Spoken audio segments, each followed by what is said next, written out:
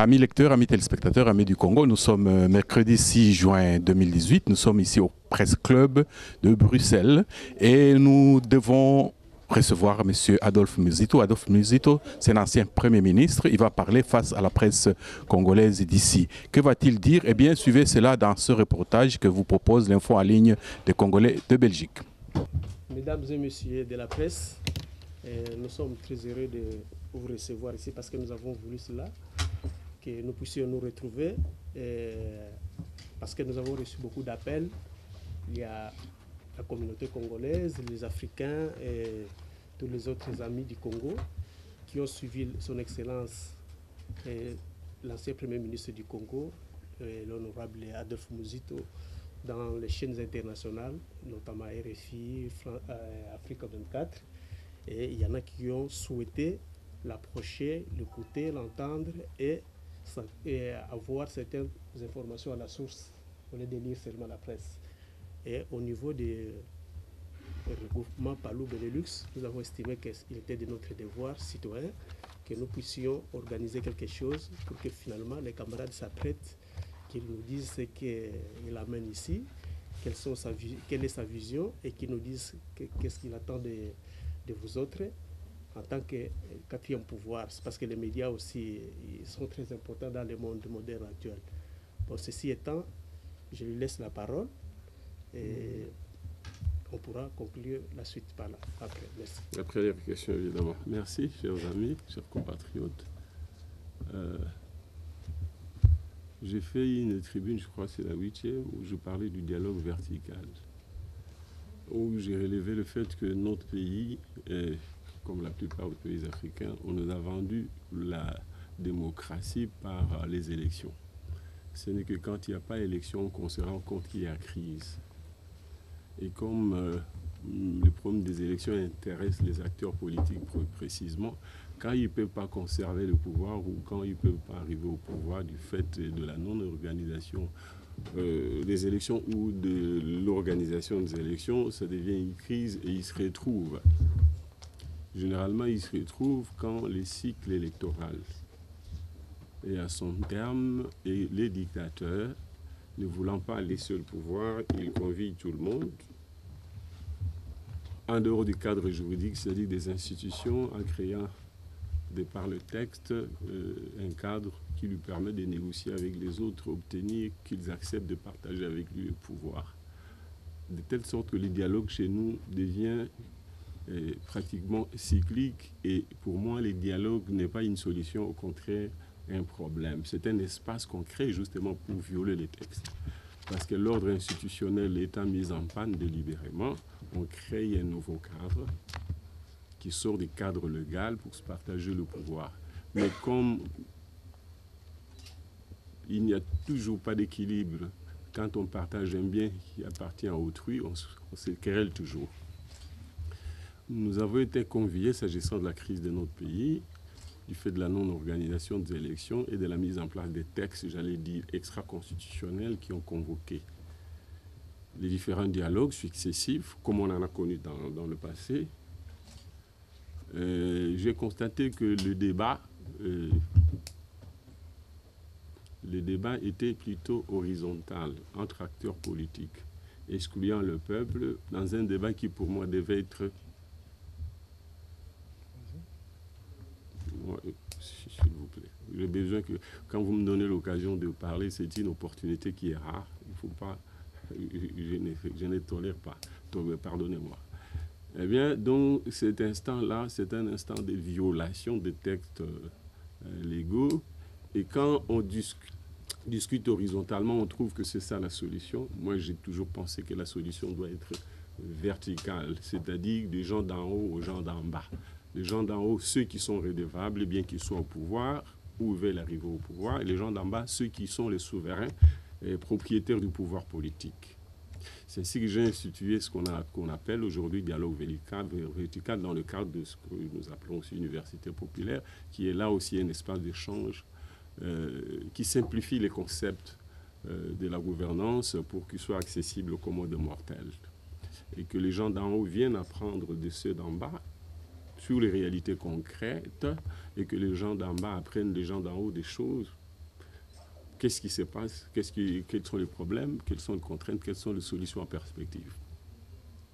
Et dans les dialogues verticaux, j'ai toujours considéré que notre pays est faible et les élections qui ne s'organisent pas ne sont qu'une conséquence de ce que la démocratie n'existe pas.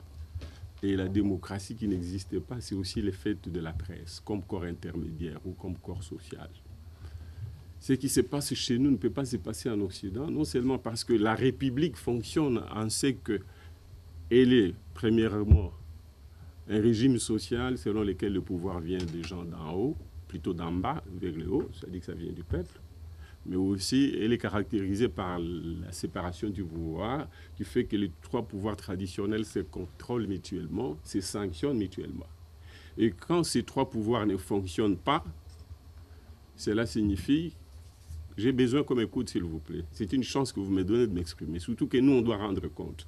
Et quand nous sommes devant vous et que nous nous livrons à vous, donnez-nous la chance de nous expliquer. Donc j'étais en train de dire que la non-organisation des élections, c'est aussi l'expression du dysfonctionnement de la démocratie. La démocratie, c'est aussi non seulement la République en sait qu'elle organise les trois pouvoirs qui doivent se contrôler mutuellement, de sorte que chez vous, ici, en Occident, on ne peut pas imaginer que l'exécutif n'organise pas les élections. Tout simplement parce qu'il y a un pouvoir législatif qui va le mettre en accusation. Et il y a un pouvoir judiciaire indépendant qui va les sanctionner, qui sanctionne l'exécutif. Chez nous, ça n'existe pas pour des raisons historiques que nous connaissons. Ensuite, il n'y a pas un rapport de force, il n'y a pas un corps intermédiaire. La presse, on ne joue pas avec. Aujourd'hui, Trump, vous l'amenez au Congo, ça va être un dictateur, parce qu'il n'y a pas une presse pour mettre la main dessus, quand il plaisante. Il n'y a pas un pouvoir judiciaire, je viens d'en parler, qui peut les mettre en accusation. Donc, la non-organisation des élections, ce n'est pas pour justifier et légitimer le fait qu'on n'ait pas organisé des élections de la part des gens au pouvoir. Ce n'est pas ce que je veux dire. J'évoque la réalité sociologique ou sociétale d'une crise qui veut que la République est née d'en haut, qu'on nous a plâtré ça, et que la République n'est pas venue d'en bas pour que le peuple émancipé, l'ayant sécrété, soit le premier garant. La République veut aussi que, après des guerres, des rapports de force, les gens ont compris que pour arrêter de s'entretuer, il faut séparer le pouvoir. Celui qui a l'exécutif n'a pas tous les pouvoirs et on peut le punir à tout moment. Nous n'en sommes pas encore là. Voilà l'une des raisons. Et moi, en instituant cette université populaire, avec l'une des formules dans les dialogues verticaux, je voulais relever les faiblesses qu'il y a entre les sommets et la base, à travers les déficits des corps sociaux, dont la presse. Et quand je parle de la presse, c'est valable aussi pour nous tous, hein, chacun dans son domaine. Je dis c'est une crise sociétale. Et je me réjouis de ce que vous, ici, vous vous battez pour essayer de combler ce vide. Voilà pourquoi je me sens heureux et honoré, plutôt honoré d'être devant vous et pour répondre à vos questions. S'agissant de notre crise en RDC, je voudrais principalement, si ça ne vous dérange pas, qu'on parle de la crise politique, qu'on en évoque aussi les causes économiques, mais aussi les conséquences économiques. Parce que pour moi, il y a trois crises qui se tiennent mutuellement et qui s'impliquent aussi mutuellement. Je suis donc à votre disposition. Merci encore une fois de m'avoir invité à me présenter à vous pour cet échange.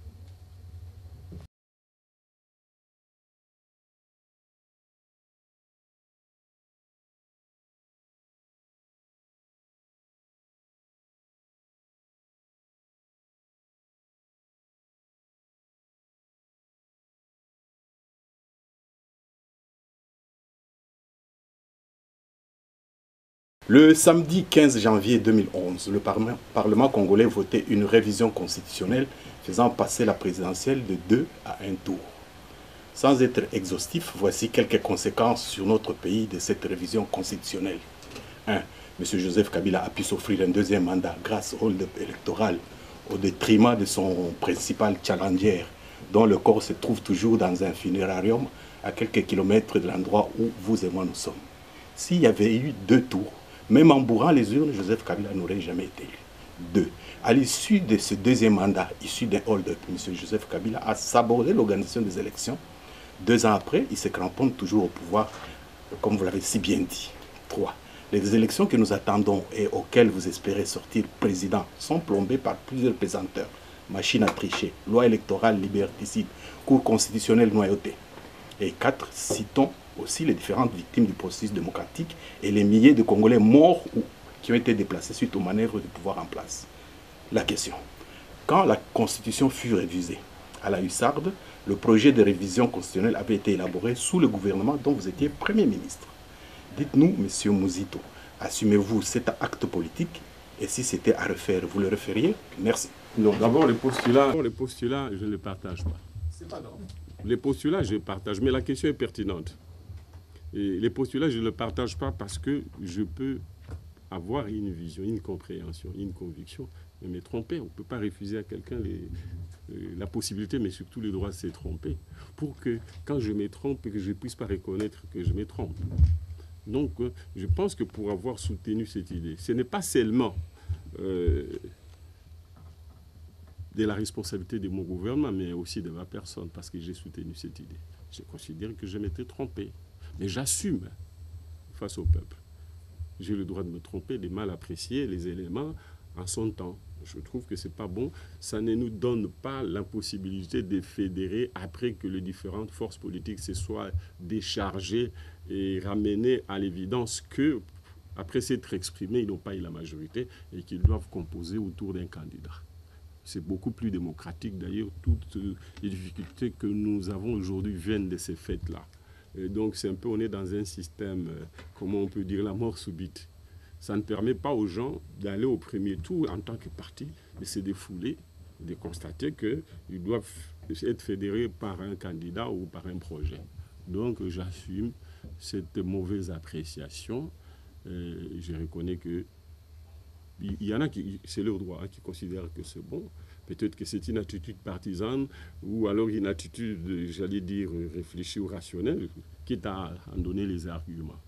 Donc, j'assume. Voilà, c'est un peu ça votre question. Mais quand je dis je n'accepte pas le postulat, c'est que quand on s'est trompé, on doit dire non qu'on s'est trompé pour montrer qu'on a un nombre de convictions. Non, au contraire, même en ayant les convictions, on peut se tromper dans ces convictions-là. Il faut y avoir l'honnêteté intellectuelle de reconnaître qu'on s'est trompé pour autant qu'on a constaté réellement qu'on est convaincu qu'on s'était trompé. Ma question est un peu dans le même sens. Il faut bien redéfinir les concepts d'opposition. Moi, je dis, en tant que Mouzito, j'ai fait l'opposition citoyenne. Cela veut dire que je m'oppose à un chef de l'État qui s'éternise au pouvoir sans mandat. Je m'oppose à lui parce qu'il n'a pas organisé les élections et j'ai l'impression qu'il ne veut pas les organiser, sauf à les organiser avec sa participant comme candidat. Je m'oppose à cela. Ça, c'est un citoyen qui s'oppose. Je fais la différence entre cette opposition citoyenne qui est le fait de tout le monde, des intellectuels, qui ne sont pas nécessairement des politiciens, qui n'ont pas un projet alternatif à opposer à Kabila. Je ne suis pas opposition politique parce qu'être opposition politique face à un pouvoir politique, ça signifie qu'on lui reconnaît un mandat, une politique, à laquelle on oppose une politique alternative. Kabila n'a pas une politique, il ne devait pas en avoir, il n'a pas un programme sanctionné par le peuple, il n'a pas mandat. Et moi, je ne peux pas lui faire le luxe de lui opposer un programme alternatif face à un programme qui ne doit pas être et qui n'existe pas. Donc l'opposition politique sur le fait d'un parti politique ou d'une personne qui a un projet alternatif qui n'a pas reçu mandat du peuple face à une autre politique qui a reçu mandat du peuple. Nous ne sommes pas dans ces cas d'école parce que nous sommes hors mandat. On a un président, chef de l'État des faits, des institutions des faits qui n'ont pas mandat et tous nous nous préparons pour ces élections. Mais puisqu'elles ne se tiennent pas, comme tout citoyen, j'ai dit on a violé la Constitution et je me bats comme citoyen pour qu'on la respecte. Voilà comment je me définis. Et donc, théoriquement, pour moi, il ne devait même pas exister d'opposition politique parce qu'il n'y a pas une majorité politique ayant mandat. Et il n'y a donc pas non plus une opposition politique ayant mandat d'apporter la contradiction. Parce que les deux forces ont la légitimité du peuple, l'une pour agir et l'autre pour réagir, et donner au peuple un projet alternatif sur lequel il peut revenir et donner mandat à l'opposition. Nous ne sommes pas dans ce cas d'école. Nous sommes face à une dictature à laquelle tous les Congolais, les politiciens n'ont pas devaient s'opposer. Les politiciens devaient les faire comme simples citoyens. Voilà un peu la situation dans laquelle on est. Je pressens à travers votre question, celle qui concerne mon parti. J'attends comme la pause, sinon j'y réponds déjà parce que... D'accord, je vous fais l'économie de l'énergie. En fait, mon parti n'est pas dans l'opposition, il n'est pas dans la majorité, parce que ni l'un ni l'autre n'existe, ni l'une ni l'autre. Nous sommes dans les cadres d'un pouvoir de transition qui n'est pas le fait, pour le dire plus concrètement, le fait de l'alliance AMP-Palou, ou Gizenga-Kabila. Cette alliance est terminée avec la fin du mandat. La provision que le peuple nous a donnée, c'est terminé. Maintenant, la suite, c'est un putsch pour lequel nous rendrons compte, hein, surtout pour un parti qui est légitimiste et légaliste. Il faudra dire au peuple un jour pourquoi on a géré le pays sans ce mandat. Et donc, c'est dans ce cadre où nous sommes, où nous devions être, y compris avec l'UDPS. Hein. Je parle de l'UDPS originelle au sens de l'UDPS légitime. C'est discutable, c'est entre guillemets. Ça n'engage que moi. Et donc, tous on serait dans cette transition-là, les uns que les autres, c'est un mandat, en train de gérer, expédier les affaires courantes en attendant qu'on organise les élections pour qu'ils se redéfinissent de nouvelles alliances éventuelles. Voilà les cadres juridiques, institutionnels qui fait que nous soyons ensemble. Donc, Palou n'est plus dans les institutions dans le cadre de l'alliance qui est terminée. La question qu'il faudra poser, qui mérite d'être posée, avec qui nous irons demain, est-ce que nous référons la même alliance qu'en 2006, en 2011? C'est ça la question. Il ne faut plus parler de l'opposition ou de la majorité aujourd'hui, c'est violer les principes républicains. Et donc, voilà que Palou est avec tout le monde. Opposition, d'ailleurs, les anciens étaient de la majorité, ils sont dans l'opposition, ce qui est inconcevable. Et ceux qui étaient de l'opposition sont plutôt de la majorité sont dans l'opposition, les uns de l'opposition sont dans la majorité. C'est la nébuleuse. Donc maintenant, la question de savoir demain, puisqu'il faut aller vers le peuple, nous ferons alliance avec qui? Il ne faut plus nous poser la fausse question de savoir si nous sommes l'opposition ou la majorité, comme s'il en existerait l'une ou l'autre. Fabien. Oui, Fabien Boussoani, Gatchango TV. À vous entendre parler, cette position-là, c'est celle du Palou. Est-ce que vous êtes habilité à engager le Palou alors que vous êtes suspendu, selon ce qu'on a appris? Ça, c'est une première question. Je commence par celle-là. Je n'ai jamais été suspendu. Je l'ai été et j'ai été réhabilité. Encore qu'on m'avait, en cette époque-là, suspendu pour 3 ans pour une fonction qui n'existait pas. Je n'avais aucune fonction. On suspend quelqu'un qui est dans le cadre d'une fonction qu'il exerce. Tel n'était pas le cas. Mais aujourd'hui, j'ai été démis de mes fonctions au niveau de la direction politique comme secrétaire permanent adjoint chargé des questions électorales. Maintenant, je n'ai pas besoin pour réfléchir que la position engage le Palou. Vous, en tant que journaliste, vous deviez accepter le principe qu'on ne peut pas se dire de l'opposition sans commettre le péché de légitimer celui qui est là, qui n'a pas mandat, et dire de lui qu'il est majorité de ce fait, sans être son complice, sans les légitimer. Donc nous n'avons pas une majorité aujourd'hui, nous sommes d'accord ou pas. On n'a pas un président de la République parce que la République suppose que le pouvoir vient du peuple. On n'est pas dans ce cas d'école. On peut accepter le principe qu'on a un chef de l'État parce qu'il est de facto, il peut être de facto. Il peut ne pas être élu comme c'est le cas chez vous ici avec un chef de l'État qui n'a pas été élu, qui est le fait de la monarchie. Et donc, j'ai dit, cette position, elle est celle du Palou. D'abord, parce que Palou affirme et répète à qui veut l'entendre qu'il va présenter un candidat à tous les échelons jusqu'au niveau le plus élevé de la République, c'est-à-dire au pouvoir suprême. Ensuite, les Palou et dans les institutions qui sont des institutions de fait, des institutions de transition, qui ne sont pas des institutions mises en place sur la base d'une majorité issue d'une alliance des gens qui ont gagné ensemble. Il faut qu'on accepte ça, sinon on est de mauvaise foi ou bien alors on a des limites quant à la culture démocratique. Je n'ai pas fini avec mes questions. Oui. Quand on vous entend parler, on a l'impression qu'il n'y a pas beaucoup de cohérence. Oui. Parce qu'en réalité, en l'espace d'au moins 2 mois, vous avez eu de positions, je ne dirais pas contradictoires, mais différentes. Ouais. Aujourd'hui, vous nous présentez Kabila comme une dictature, mais quand vous passez sur RFI, vous considérez que Kabila est incontournable. Mais tout récemment, on vous voit signer, enfin, on ne va pas parler d'un accord, mais bon, d'un arrangement avec l'UDPS, avec Félix Tshisekedi, et vous demandez une transition sans Joseph Kabila, le même Kabila que vous considérez incontournable. Alors, deuxième question... Non, commençons par celle-là, elle est importante. Elle est importante. Je n'ai jamais dit que Kabila est incontournable. Je ne sais pas dans quel contexte vous situez ça. Je ne me souviens jamais avoir dit ça.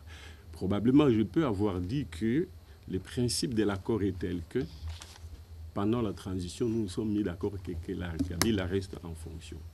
Je dis pendant, c'est l'accord de la Sainte-Sylvestre. Mais il faut faire la différence entre les élections sans Kabila en termes de Kabila n'a pas les troisième mandats et les élections sans Kabila en termes de dire on organise les élections sans que Kabila soit au pouvoir. C'est deux choses différentes. Donc ce que nous avons dit, c'est que nous allons aux élections sans le troisième mandat du Kabila, donc sans Kabila. Cette fois-là comme acteur aux élections. Mais Kabila comme chef de l'État, oui, l'accord le prévoit. Il y a des compatriotes qui estiment qu'il faut organiser les élections sans Kabila. Mais ça présuppose qu'il faut les démettre. Bon, il faut clarifier de quelle manière. Si alors on les démet, prenons n'importe quelle hypothèse.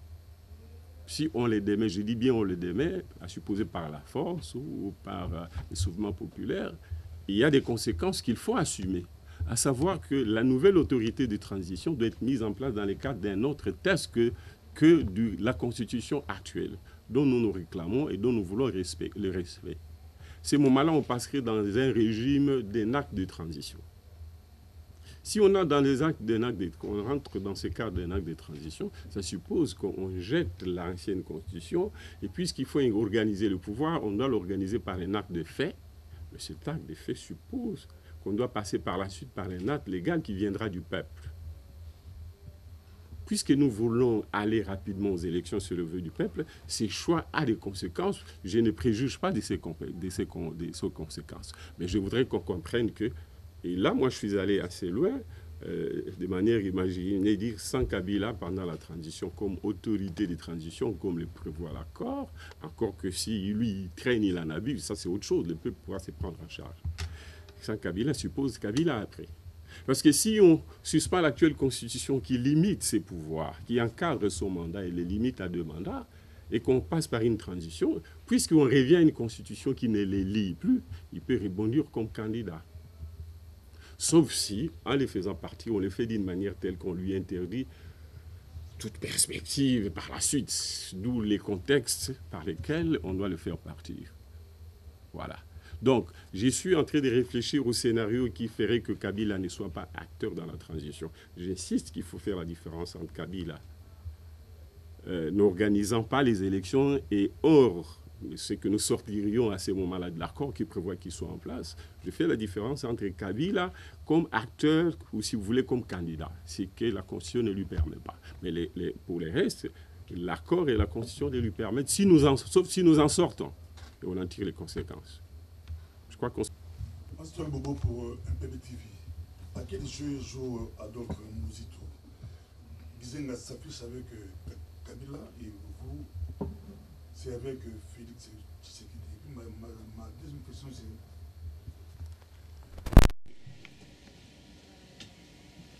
Vous serez candidat à l'élection présidentielle. Vous l'avez déjà affirmé dans l'une de vos tribunes. Ça sera pour quel compte? Compte de la majorité ou... Je commence par la dernière question. Il n'y a pas de majorité, il n'y a pas d'opposition. Il y a une opposition citoyenne qui doit être la nôtre, si nous voulons que la Constitution soit respectée. Même la presse, alors que vous êtes un 4e pouvoir, que vous êtes théoriquement ou réellement neutre, mais quand face au texte fondateur de l'État, vous devez dire non. Mais vous ne prenez pas position sur les attitudes partisanes des uns et des autres, parce que vous êtes un peu encore intermédiaire, l'arbitre en quelque sorte. Donc j'ai fait cette différence-là. Donc, je ne serai pas sous les labels de l'opposition, je serai avec les forces alternatives qui vont aller aux élections en ayant une identité. Aller aux élections comme opposition et majorité, ce n'est pas des identités politiques. On est opposition quand on a perdu et on est en majorité. Mais maintenant, quand on va aux élections, ce n'est pas sous ces statuts qui ne sont pas identitaires en termes de vision politique. N'est-ce pas? Chez vous ici, je vous taquine quand je dis chez vous ici, les gens ne vont pas aux élections, ils vont aux élections comme parti X, comme droite, comme gauche, et non pas comme opposition, comme majorité. Si on va aux élections comme majorité, c'est qu'on l'est déjà, alors ça croit que ça sert d'aller aux élections. Donc, je n'irai pas comme opposition, j'irai comme force alternative à côté d'autres formes politiques avec lesquelles on se mettrait d'accord sur la vision des projets et qui auront probablement combattu avec nous pour qu'on obtienne ces élections-là. C'est aussi un élément de proximité. Maintenant, vous dites Gizenga avec Kabila et moi avec Tshisekedi. Mais Tshisekedi, plutôt Kabila est avec tout le monde, il essaie de négocier avec tout le monde. Kabila veut bien aller avec Tshisekedi, pourquoi pas s'ils peuvent se mettre d'accord pour gagner ensemble? Vous voyez ce que je veux dire? Ils peuvent aller avec le MLC. Ils ont 13 ou 14 groupes, regroupements politiques qui cherchent quels sont les alliés avec lesquels aller. Maintenant, la présence de Gizenga avec Kabila, ce que j'ai reproché, c'était le fait qu'il soit parti discuter des affaires partisanes dans les bureaux de l'État. Et du fait de l'âge de Gizenga et de la fatigue qu'on peut imaginer, je n'ai pas trouvé normal qu'on l'amène là-bas. C'était plutôt l'inverse. Gizenga a dit qu'il voulait les soutiens au parti de la part de la majorité présidente, en retour, en récompense à ce que nous, on a fait pour eux. C'est une demande légitime. Mais moi, je suis de ceux qui pensent que cette approche-là, ça suppose que le PPRD accepte d'abord qu'ils ont échoué, et leurs politiques publiques ont échoué, et qu'ils se remettent en question, qu'ils acceptent d'adhérer à une autre vision politique. Et moi, je suis de ceux qui préconisent une nouvelle politique pour laquelle je veux rassembler. Quand je dis je rassemble, je ne demande pas aux gens d'être autour de moi, que je sois au centre. Non, je vends une vision, je cherche avec qui on peut gagner, en considérant que les amis avec qui on a travaillé, on a perdu ensemble et les politiques ont échoué. Encore que nous ne pouvons pas soutenir le président actuel. C'est lui avec qui on a eu un accord. Maintenant, on est presque devant un fantôme. C'est difficile de soutenir un fantôme. On ne sait pas qui sera candidat, avec qui on doit parler. Donc j'ai dit, j'essaie de dégager des passerelles ailleurs pour voir quelles sont les ambitions à présence, quels sont les projets, qu'on discute et qu'on se mette d'accord sur un programme alternatif à ce qui a prévalu jusqu'à ces jours. Donc il n'y a pas une contradiction. Nous cherchons avec qui nous pouvons aller. Moi, je pense que les gens du PPRD sont ceux vers qui on devait aller le dernier. J'ai dit bien pour dire qu'est-ce que vous pensez de votre échec. Vous reconnaissez et que par conséquent, vous vous remettez en cause. Vous changez de politique en suivant les nôtres ou celles avec lesquelles, sur lesquelles nous aurons convenu avec les autres forces. D'où l'ouverture que j'ai faite. Donc, Gizenga n'est pas allé chez Kabila pour dire nous sommes des alliés. Il est allé chez Kabila dire est-ce que nous pouvons être des alliés cette fois-là, vous nous supportez, nous. C'est l'amorce d'un échange, d'une discussion, comme moi j'en ai fait auprès des autres partis politiques. Les principes étant que personne ne peut gagner seul dans ce pays-là et avoir la majorité présidentielle ou parlementaire. Je peux poser la question, okay. C'est Maman Mini. On va revenir à vous. Je voulais demander, vous avez dit tantôt que Palou va mettre tous les candidats à tous les niveaux, donc présidentiel, partout, à tous les niveaux de pouvoir, le Palou va être représenté.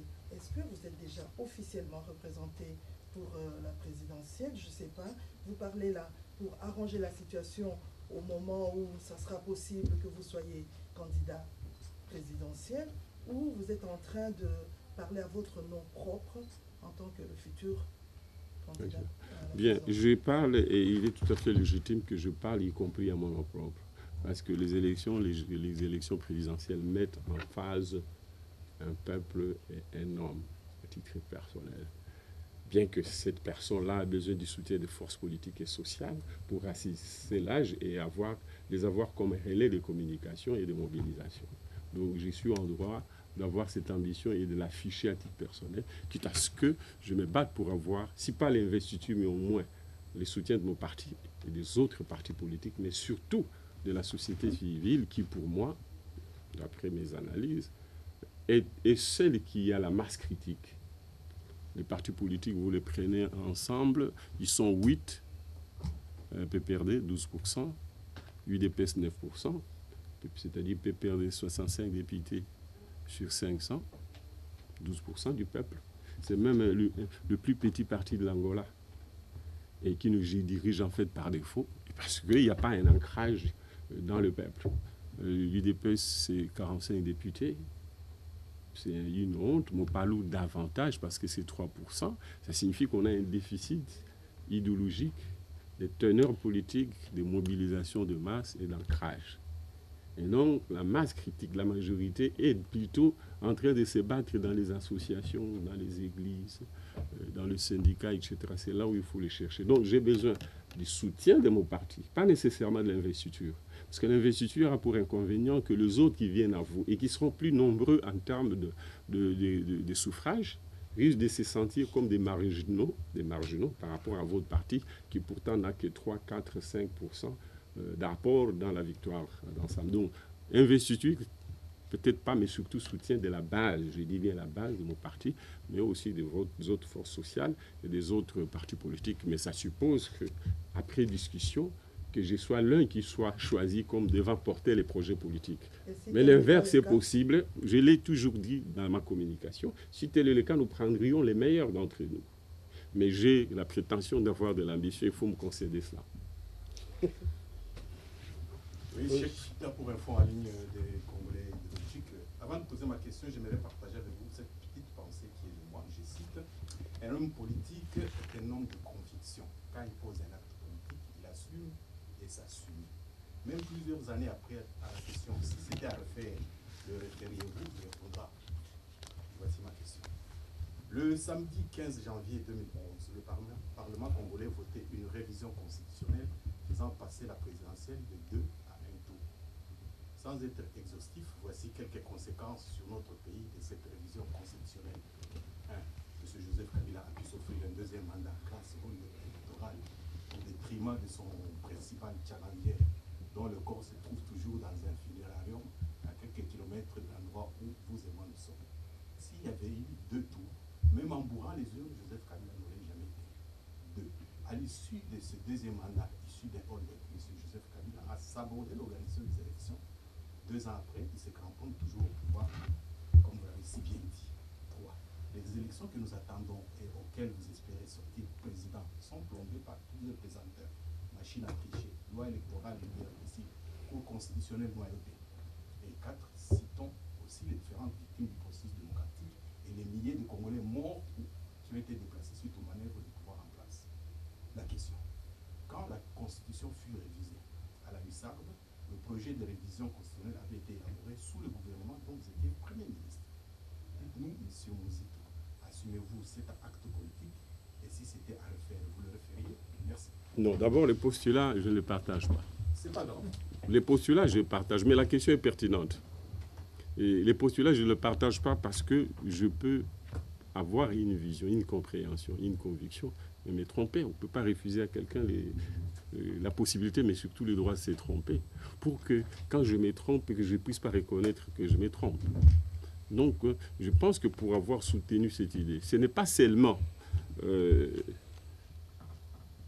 la responsabilité de mon gouvernement, mais aussi de ma personne, parce que j'ai soutenu cette idée. Je considère que je m'étais trompé, mais j'assume face au peuple.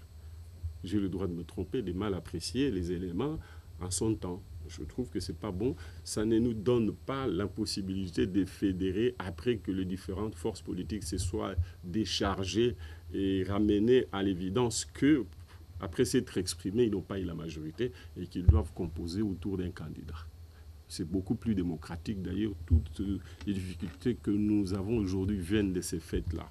Et donc, c'est un peu, on est dans un système, comment on peut dire, la mort subite. Ça ne permet pas aux gens d'aller au premier tour en tant que parti, de se défouler, de constater qu'ils doivent être fédérés par un candidat ou par un projet.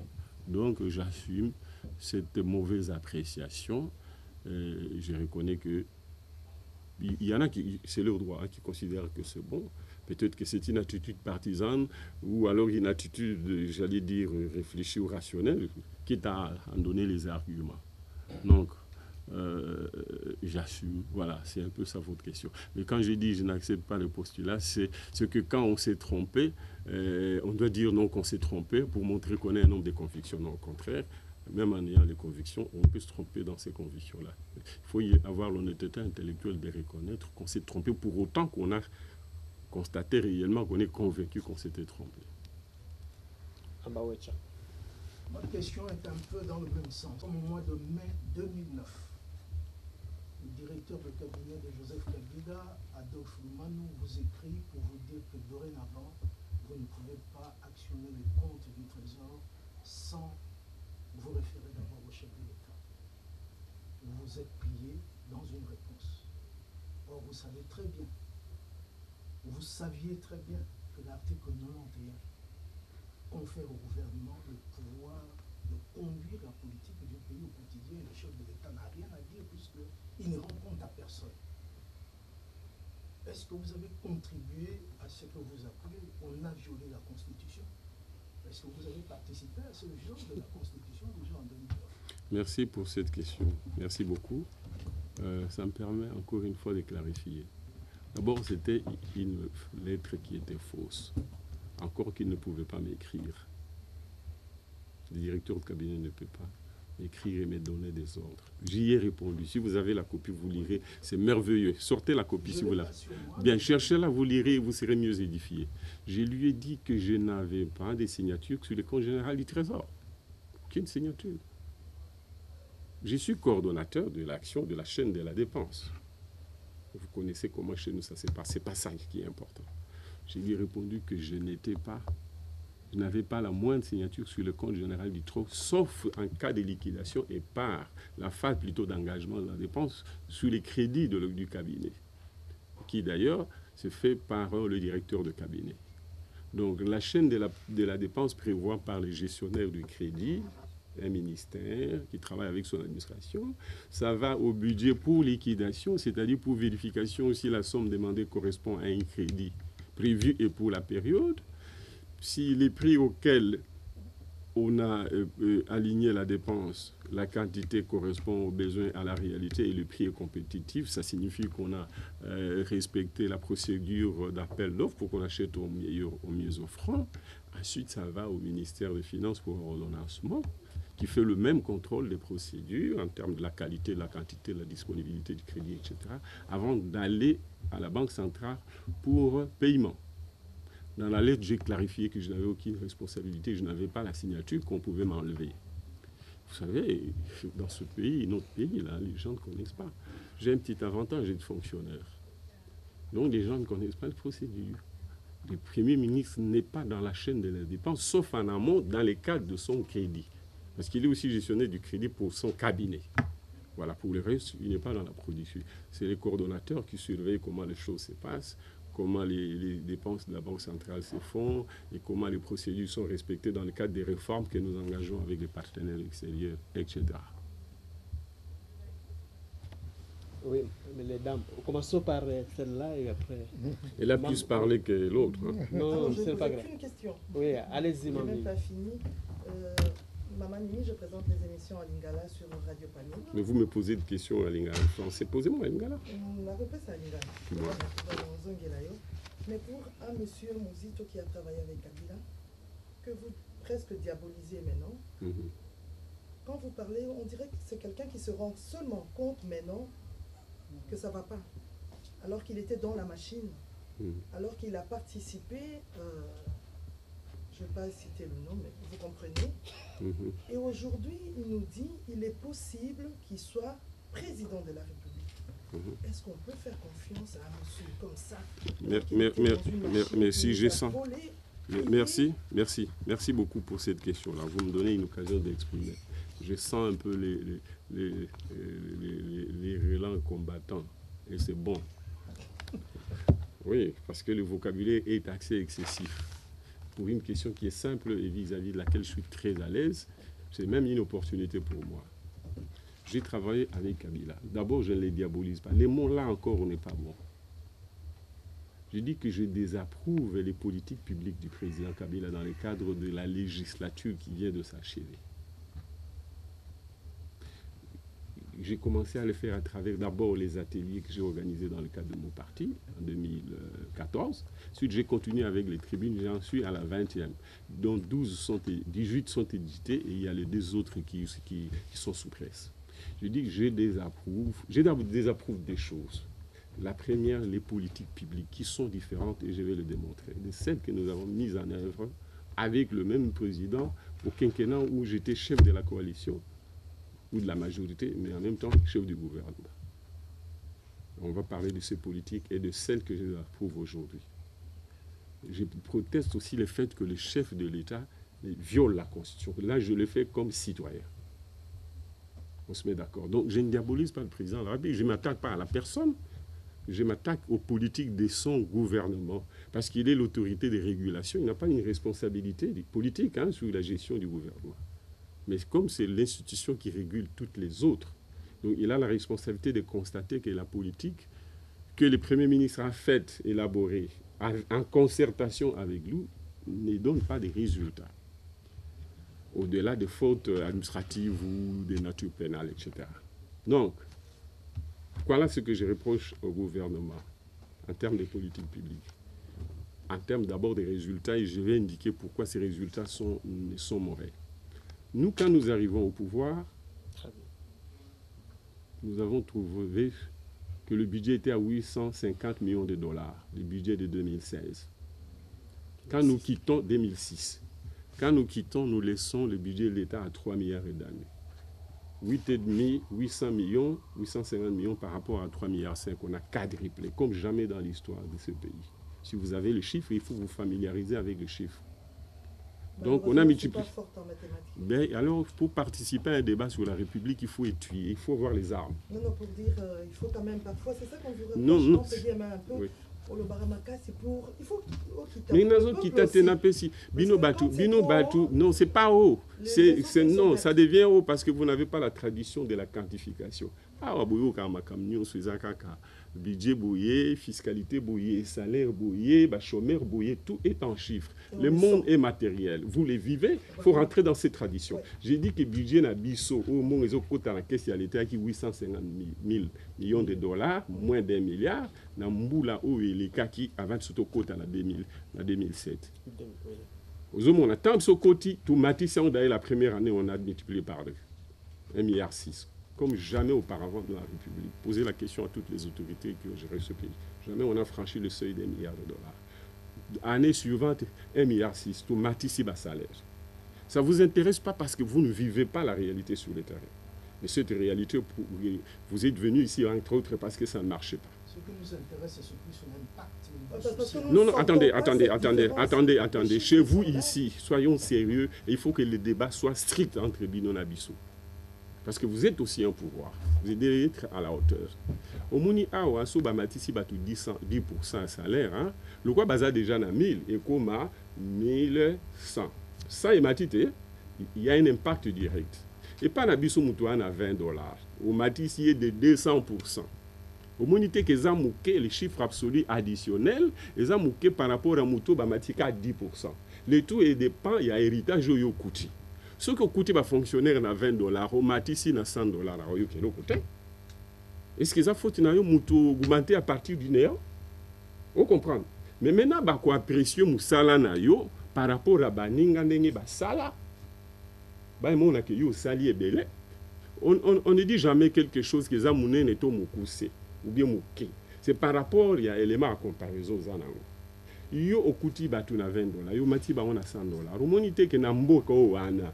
Mais en même temps, tu dois vite dire que ça mouké parce que l'héritage yo coûte pas yo bandeli yaki na semakasi.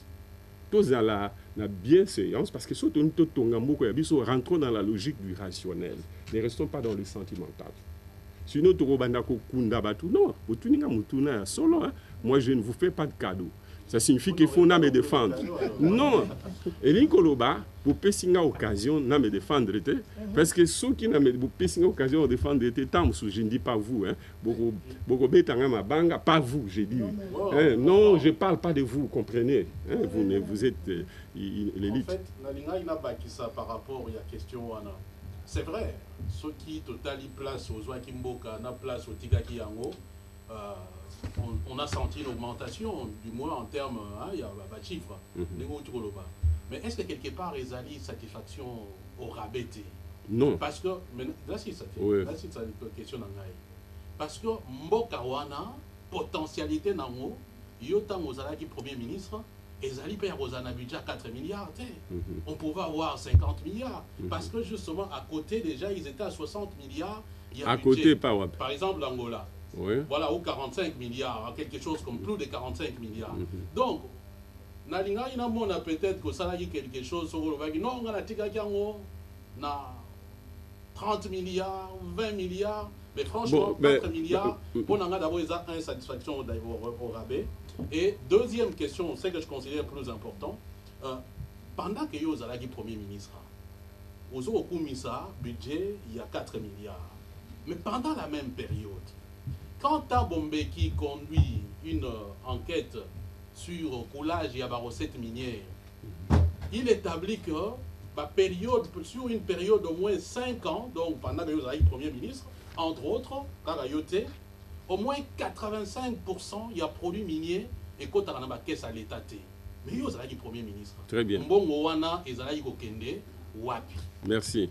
D'abord, il faut réclassifier, il faut resituer l'analyse de Tabombeki sans couvrir l'autre. Premier élément. Deuxième élément, tant qu'on a accueilli, on a longué, tout dans le secteur minier, on n'avait pas encore atteint la vitesse de croisière. Nous avons auto enchaîner. Parce que Moninga nous a posé question sous. D'accord. Bon. Et il y a une période. Mais tant qu'on a longué, tout le qui à peu près 90 000 tonnes à cuivre, non, 30 000 tonnes à cuivre, tomate, on a 500 000. Mais toi, tu as une vitesse à croisière dans noté, parce que le temps de revisiter le contrat chinois, le contrat de minier de manière générale, on attend que investisseurs salariés et comme il est vers la fin mandat. C'est la période suivante, parce que on va bâtir de 500 000 tonnes à 1 million de tonnes. La période où on a moi, mon boulet kotaki. Donc, il y a une période d'engati. Sinon, d'ailleurs, sur la période d'engati, on a tous un point d'achèvement. C'est-à-dire qu'on n'allait pas avoir les 6 revues pour la première fois de l'histoire de notre pays. Toujours à Rabadilo qu'on a en mémoire. Pour bien, il faut un background pour être apte à poser des vraies questions et avoir des éléments d'appréciation. Donc, nous n'étions pas concernés par cette situation parce que nous, on a travaillé étroitement avec la communauté internationale qui a considéré, et à juste titre, que nous avons fait des revues concluantes en termes de procédures de gestion et de gouvernance. C'est pourquoi on a annulé la dette qui est passée de 14 à 6 milliards. Maintenant, pour revenir, bon, il y a un volet aussi de votre question. Satisfaction au rabais, oui. C'est vrai que c'est au rabais. Les pays doivent en plus. Mais c'est un pays sur lequel il faut travailler dans la durée pour y atteindre un niveau et éviter sa croisière. Mais ici, parce que par rapport à Baninga, il faut toujours se comparer à l'autre pour se positionner. Ngasiko, na longwe de 800 millions à 3 milliards. Dans le PIB, il y a 15 milliards à 35 milliards. Je ne sais pas le chiffre exact, bon, les chiffres absolus. Mais Baningo Baye, oh, il y a Liboso, Basali Bongote. Oh, Baye, après, budget Ezaka Kande Natika Kiango. Consulté, c'est 4 milliards en ressources propres et 3 milliards et demi en réalisation. Monique, pendant 7 ans, bah augmenté. Pendant 5 ans, on a multiplié le budget par 4. Bon, dis, mais la rappel tout. On a mis ça, ceux qui ont oué na jubé, on a mis ça par rapport à Ouera et non pas à l'artiste européen, je ne sais pas moi. On a remis bien par rapport à mon qui dit Nabiso, Badance Nabiso. Donc, je suis d'accord qu'on pouvait faire mieux, mais ce que j'ai fait est le mieux que personne n'a jamais fait auparavant. Ndima quand même, parce que mes compétiteurs ne seront pas les gens qui viennent d'ailleurs, mais ce sont des gens avec qui on a eu l'occasion de travailler. Et donc c'est par rapport aux uns et aux autres qu'on va se comparer. Maintenant, pour revenir à votre question, si vous pouvez me rappeler. Bon, voilà, on le dit que Nazo diabolisé Kabila, je ne l'ai jamais diabolisé. D'abord, c'était mon patron. Non, choisissons les mots et moi je réponds par rapport aux mots que tu as posés. Je ne l'ai pas diabolisé, je suis contre ces politiques publiques. Moi, j'ai commencé à rétrocéder alors que mon budget était qui est passé de 850 à 3 milliards d'années. J'ai rétrocédé aux provinces plus. Deuxièmement, nous avons engagé les réformes pour donner aux provinces leurs prérogatives constitutionnelles dans les domaines à compétences exclusives que sont l'agriculture, la santé, l'enseignement primaire et secondaire et les affaires coutumières. Je n'ai pas été d'accord, c'est pourquoi j'ai fait la tribune, un État sans province, ou des mornés, des provinces mornées, pour dire qu'on n'a pas continué le programme du régionalisme constitutionnel, on n'a pas décentralisé, on a gardé finalement les provinces dans un état où elles étaient plus des administrations déconcentrées plutôt que des administrations décentralisées.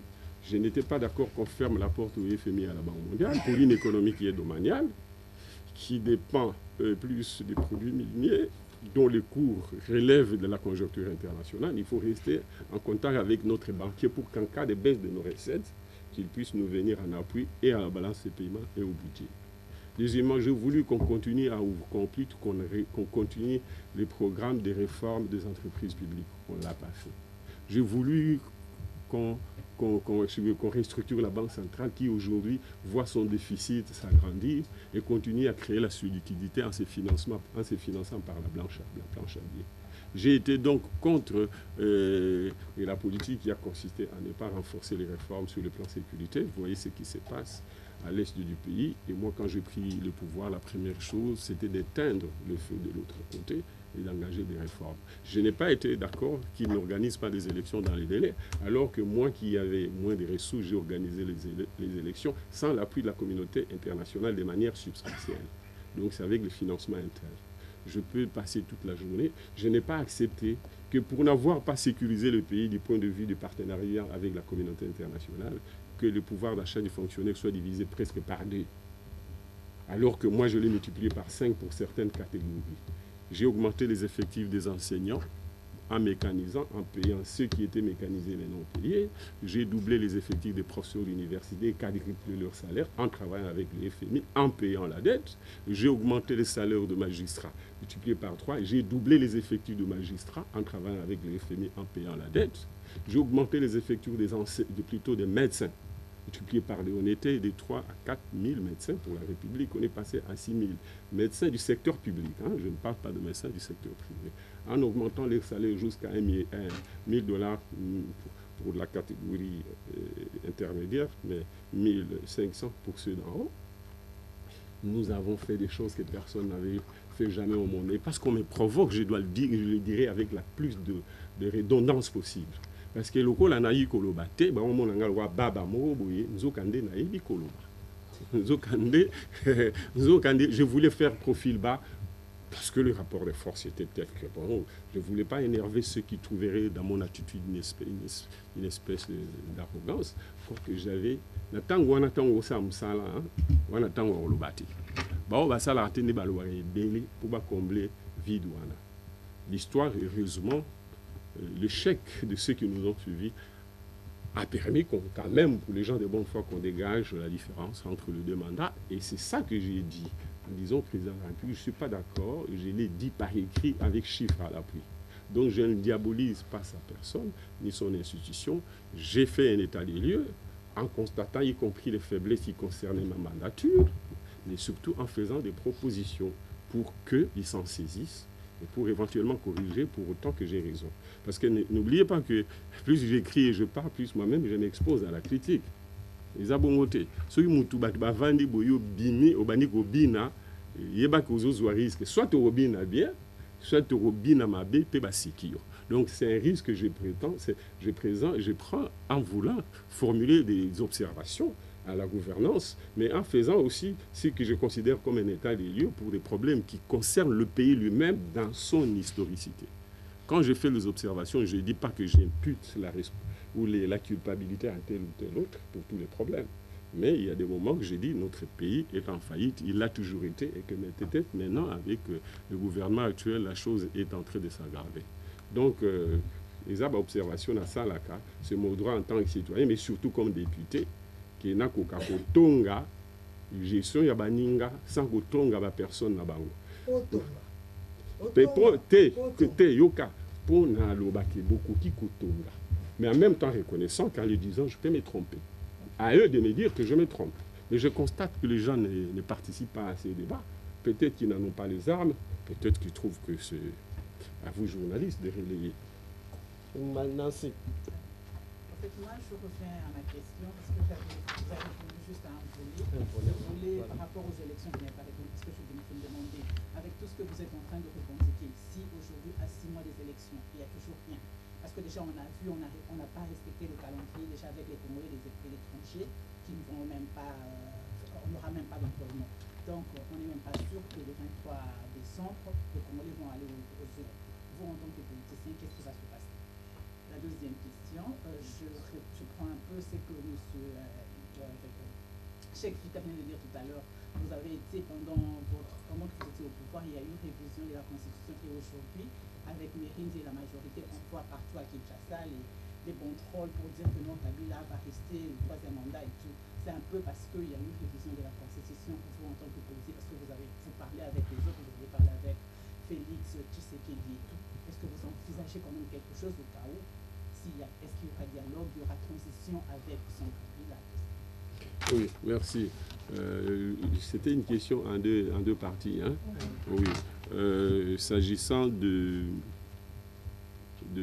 ce qu'on voit là, les spectacles qu'offrent les camps présidentiels, d'abord je dois dire que moi je ne crois pas que les élections auront lieu, mais surtout pas à cette date. Si elles peuvent avoir lieu, il y aura un certain glissement. Je l'ai écrit dans ma 18e tribune. Je n'exprime pas un vœu. Je suis en train de scruter l'avenir en partant des éléments en présence. Donc, dans ce monde là, l'élection est causée à la tête. Tant que Kabila a sûreté que Yende a participer dans Yango. Deuxièmement, il y a des contraintes objectives. Machine à voter, on a des amabémouki de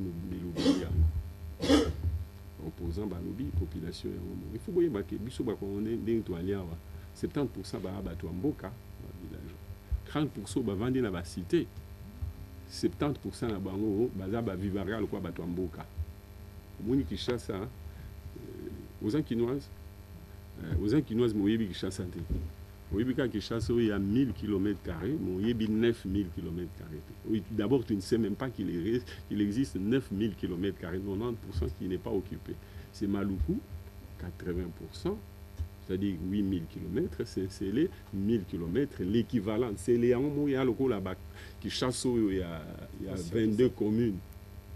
Donc tu vends à 10%. Donc en tant que Kinois, il y a des bateaux qui vendent na Maluku, c'est les vivara le paysans. Tous les mêmes bateaux qui vendent na Bamasi na kuna na comment on appelle l'avenue qui va écouter na kati Mokaliwana bakendara kakobuka koni bakendara bokila bakendara koloba. Donc ba vivara le quoi bato mboka bandako bango ba vanda un peu pour dire bato wana quoi batangate ba vanda na ndenge na bango machine wana bato musu ba mon ordinateur te ici faut ba machine wana so fini epeli ebendi yo molimo ici ba koya te convoté. Donc c'est moins un problème pour vous et nous qu'un problème pour ces gens pour des raisons superstitieuses et le problème des connaissances techniques. Encore que nous ne maîtrisons pas même ba oyo ba kolo technologie ba zo boye la yango. Donc ça, c'est une contrainte objective que si le pouvoir s'entête, l'élection aux alatés, pour mon côté, on dit qu'il y a un risque et locaux. Mon ami pense qu'ils ont créé des conditions qui a triché. Ce que au banquier ici, sous nous ajoutons, comment on appelle les fichiers électoraux. 8 millions, il y a tout. Sans identification objective à travers les contraintes. Ceux qui sont enlevés en gros. Mais il faut enlever ça. C'est-à-dire que la structure maintenant des répartitions des sièges va changer et la loi doit aussi changer. Yango biso tokomi mukanda tolobi na Félix, moi en tant que leader Yamboka, YP en tant que leader mais surtout mokonzi ya parti, to moni que eloko wana faut total la yango malamu pour tout ça la pression un candidat Kabila za la candidate. Non seulement parce qu'il n'a pas réussi encore que même s'il n'avait pas eu il avait échoué, c'est au peuple d'apprécier. Si juridiquement, c'est le deuxième élément, il avait le droit de se présenter, ce qui n'est pas le cas aujourd'hui. Donc, le bisous, il faut que c'est nié comme un être et se restructurer pour n'a pas une quantité basée à la carte. C'est le cas de l'UDPS. Que l'élection n'a comment qui a rompé la 18e tribune, et ça a été l'eau comme tout le monde a kambaya. Il faut battre l'union sur la poto landela, il y a l'eau ensemble. Oui, mais le bébé, les journalistes, parce que c'est vous qui exploitez nos documents. Donc, tout le monde qui est élection aux arrêtés parce que les Seigneurs les organisés par la volonté. Au contraire, y compris le peuple lui-même. Et il y a un route qui faut tout l'andela, Non, d'abord il faut qu'on soit dans le délai. Ce n'est pas les dialogues, parce que les dialogues, nous, on ne peut pas en prendre l'initiative, parce que prendre l'initiative d'abord et énerver le peuple qui est d'avis que c'est la 40e fois où on ressent le dialogue sans qu'il y ait le résultat, sans que tout ça discuter respecter le principe même il y a un dialogue. Vous savez que le deux dialogues, moi qu'on a participé, que vous connaissez ma position, moi n'a participé pas.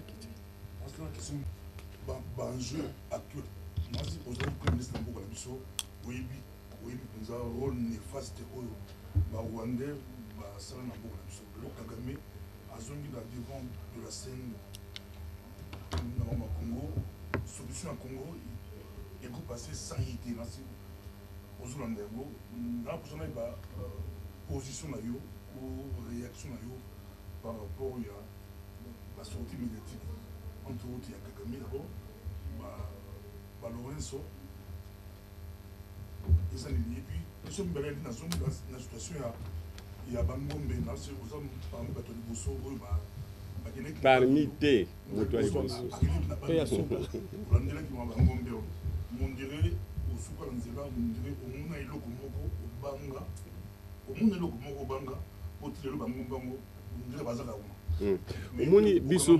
bon, au moins, nous voulons toujours. C'est le côté fétichiste. Hein?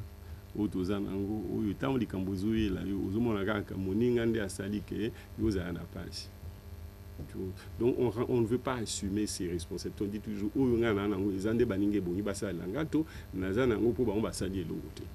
Likambuya Kagame n'a pas répondu dans Nzela Mibale. Vous rappelez que nous avons Mibale. D'abord, Azali Mokonzia Oya. Baba Oya ou Uya. Je suis de l'ancienne génération. Il est normal qu'il s'implique, même si on a un préjugé sur sa personne. S'agissant de préjugés, Baninga et Belé, journaliste, est-ce que M. Mouzito Ebi Kemboka est occupé?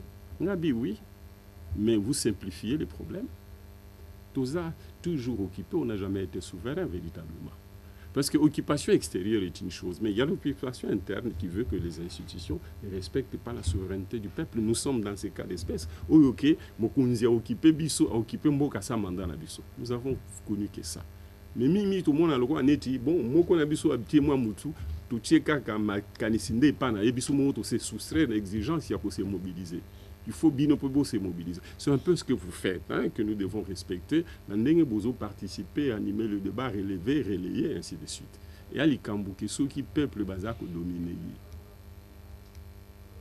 On ne libère pas un peuple il se libère. C'est vrai qu'il y a des leaders qui créent les conditions permissives. Mais ceux qui peuvent la libérer, peuple, individu à libérer, peuple, c'est un nouveau maître qui ne dit pas son nom. Tant que bino un jour, je ne dirais pas le sens, c'est des choses qu'on ne peut pas dire ici, sauf dans des espaces assez initiés pour tout le dialectique historique, souverain. Et vis-à-vis de leurs dirigeants, de leurs institutions, ça c'est la souveraineté du peuple, et vis-à-vis d'autres États, ça c'est la souveraineté internationale d'un État en tant que personnalité juridique des droits internationaux. Déjà à l'interne, parce que les attributs de souveraineté, un État, dans le bas il est comme que nous ne sommes pas un État. Et puis ça y est, et pourtant on a une vérité.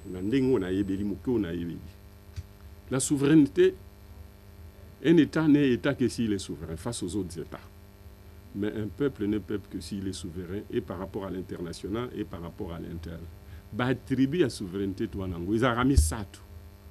D'abord la défense, la capacité de dire non aux autres États de vous envahir. La défense, il faut vous en armer. Sinon, au côté de l'Arabie, les Rwandais peuvent venir se promener chez nous quand ils veulent. Après, à Zongi, le temps que vous criez, vous pleurnichiez auprès de l'Ouganda, Abimi a dit non, j'étais seulement en promenade. Dans lobby en haut pour plaisanter, mais j'ai dit ça très sérieusement. Donc, défense. Toi, la défense, pour preuve, nous sommes protégés par une armée étrangère. L'ONU, c'est une armée étrangère. Et quand je le dis, j'assume en tant que responsable, mais aussi en tant que citoyen.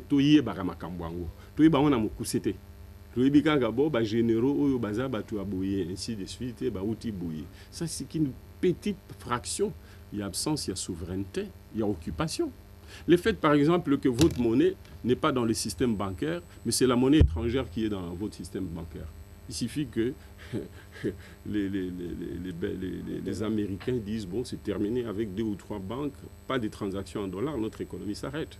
Parce que les crédits et l'épargne au Congo sont en monnaie étrangère à 80%. Donc notre monnaie, notre propre monnaie, l'équivalent de 40 milliards de notre PIB n'est pas dans le système économique. Au monde. Et donc, ça signifie que cette monnaie, quand déjà vous en perdez la moitié de sa valeur en 6 mois, dollar Ikiti et Longwe, 900 francs et commis 1600. C'est lui qui a gardé. On peut ça donner un exemple, hein, soyez patient, je vous en prie. Tant que franc congolais et salamine en 1997, parité à qui 1 franc égale 1 dollar. Donc, Moutoua qui n'a 100 francs, 1 dollar égale 1 franc congolais. Moutoua qui n'a 100 francs, qui n'a 100 dollars. Il dit que ceux qui ont 100 francs, vous en avez 2 postes de radio, je caricature.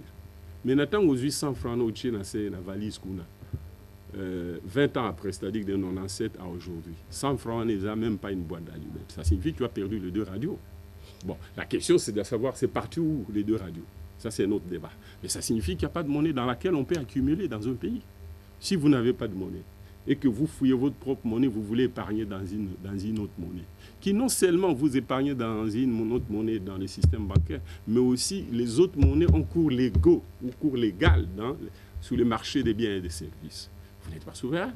C'est celui dont vous utilisez la monnaie qui est souverain. Et les gouverneurs de la Banque centrale n'ont pas des instruments de la politique de sa monnaie, parce qu'elle est hors banque. Et il n'a pas la politique de contrôle d'une monnaie qui n'est pas la sienne, parce qu'elle est étrangère. On n'est pas souverain. C'est une occupation liée à nos faiblesses. Donc, faisons l'autocritique, identifions les faiblesses, tous les aspects dans leur complexité. Il y a Kozanga Bokonzi, là-bas qui est ali défense, est ali monnaie, le pouvoir d'émettre monnaie, et pour que la monnaie, la vôtre, soit la seule à avoir cours légal dans le pays, mais aussi la diplomatie. C'est-à-dire que dans la société des nations, tant que vous avez tout gagne. Les ateliers rwandais, ils ont une classe, yo bana musuba mon la rayo yo si pour se protéger il faut moi vieux mon pour protéger hein va protéger yo na Rwanda ou va protéger yo na MONUSCO ainsi de suite. C'est que tu n'es pas souverain, tu deviens maintenant assujetti à celui qui te protège. Na lobby en gros pour montrer l'étendue de l'absence de souveraineté, pour qu'on ne se limite pas à dire ah tous en souveraineté tout là tout bandara là photo kanga lis-nous en disant voilà les cambouis et outils dans l'histoire de Bisso, de génération en génération, tout créer des conditions pour tout bimanango. Parce que c'est très complexe cette absence de souveraineté et en Bokanabiso. Je ne sais pas si je suis sorti de la question dans l'explication. Voilà, Bangombe, Batbazoua qui en avec beaucoup d'émotions. Excusez-moi, vous me permettez. Hein? Oui, il fait très chaud.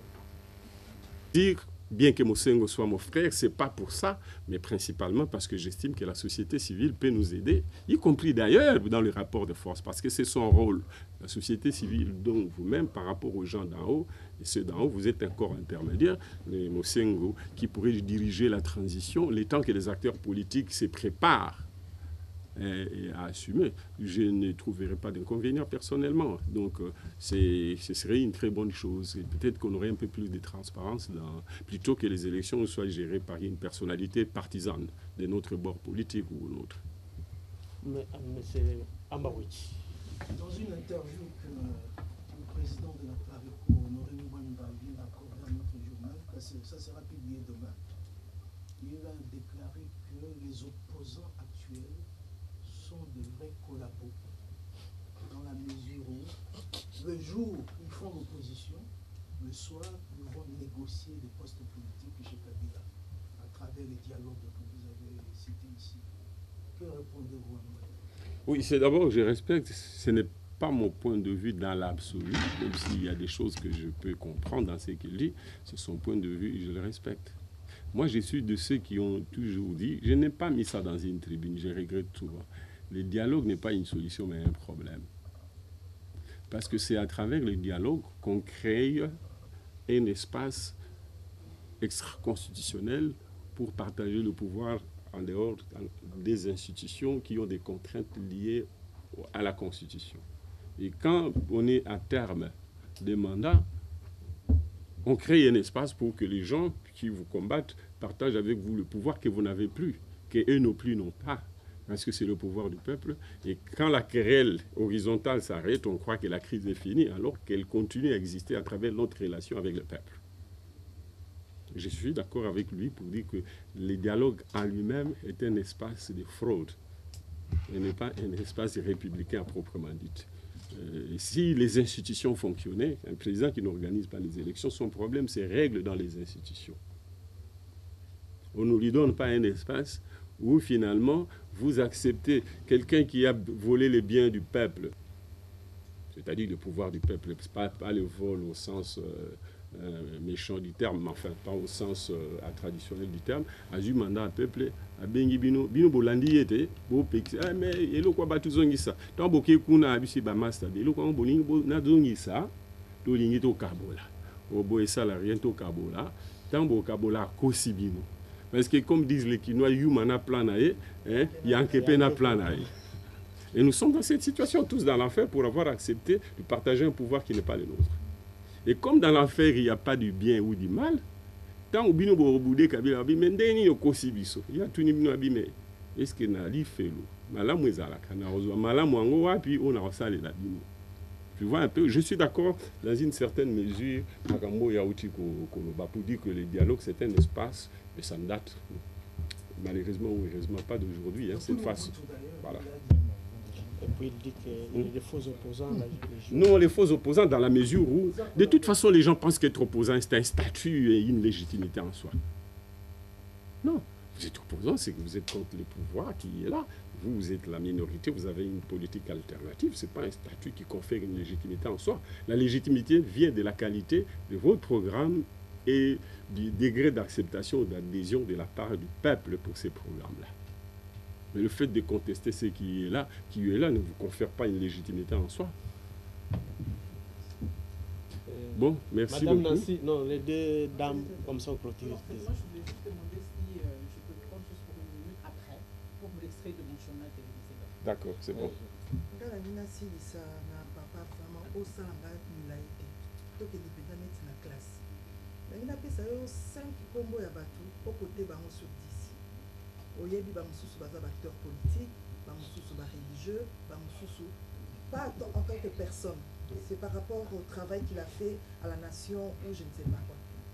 Il y a quoi expliquer. Mais d'abord, la question, je sens que ce n'est pas la question. Je ne suis pas les juges, je ne suis pas les peuples. Pourquoi vous voulez me poser... Attendez, moi je suis partisan. Non, moi je suis partisan dans le sens que je n'ai pas d'ambition. Si on a au côté, non, ne plaisantons pas comme ça. Non, fais pas faire des choses pour faire plaisir, parce que l'auditoire aussi aime ce genre de trucs, des jongleries et tout ça, pour se consoler, parce que de ses colères. Moi, je ne vais pas entrer dans le jeu, je refuse d'écouter les gens parce que je ne suis pas l'arbitre, je ne suis pas le peuple, je ne suis pas un directeur de conscience. Limbisanga, je vous en prie. Il faut bas côté, mais bas côté, il y a un arbitre, il y a un peuple. Non, s'il vous plaît, je formule ma question autrement. Moutoulakola Moïse Katumbi a besoin à ça la peine en boca parce que pour lui, pour aussi baton so bazolandaye azamo na boca. Ce qui les lois azana aliazo na boca pour na yo. Est-ce que c'est un sujet à problème ou bien pour que zo na boca? Nasi na répondre qui eloko wana pona koloba ke mingi pe bazana nationalité ya bamboka mosusu. Bamusu ba congolais ba pona nationalité, je n'appelle même pas ça nationalité, j'appelle citoyenneté. Congolais, mais vous avez la citoyenneté, n'a beaucoup pas bozali. Constituer ça dit que le quoi beaucoup kozongela yango. Ngana monike ba kozongela e azonga na nationalité na d'origine, en fait, nationalité na congolaise, azape na nationalité italienne, ceux qui a renoncé na yango, ba kozongisa e. Le reste c'est le peuple. Maintenant, à la difficulté du point de vue de la procédure administrative et à la logique de règlement des comptes, c'est ça que je vois moi. Il faut zonga. La fois passée, j'ai dit ngana c'est la base zonga pour tout bêta ma kofi démocratiquement.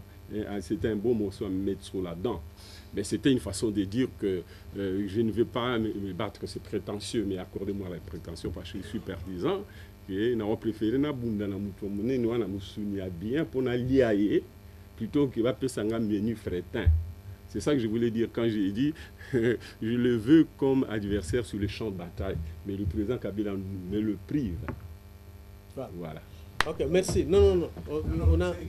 On a dépassé. Oui. En conclusion, comment vous voyez l'avenir de notre pays dans les 6 mois?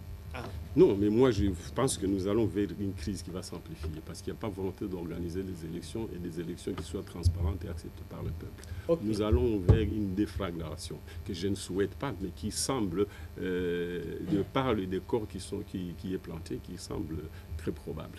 Ok, merci. Et je remercie le député national Adolphe Muzito, ancien Premier ministre qui a servi le pays. Il vient de vous démontrer comment il a pu faire ce qu'il pouvait faire. Et avec les difficultés qui étaient les siennes.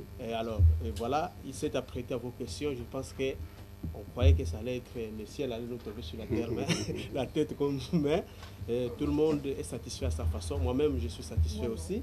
C'est ce que lui appelle l'université populaire, le dialogue vertical. Il était devant le peuple à travers vous. J'apprends qu'il y en a qui sont même en direct, qui suivent ça. C'est l'université populaire ou dialogue vertical à partir de Bruxelles. Merci beaucoup de nous avoir offert ce cadre et de lui avoir aussi donné cette occasion de pouvoir de parler parce qu'on le suit seulement dans les médias. Maintenant, il était face au peuple à travers vous. Merci beaucoup. Et il est à votre disposition à tout moment. Pour le reste de l'agenda, il semble qu'il rentre à Paris ce soir, donc il ne faut pas les retenir pour longtemps. Merci. Merci beaucoup. Merci beaucoup.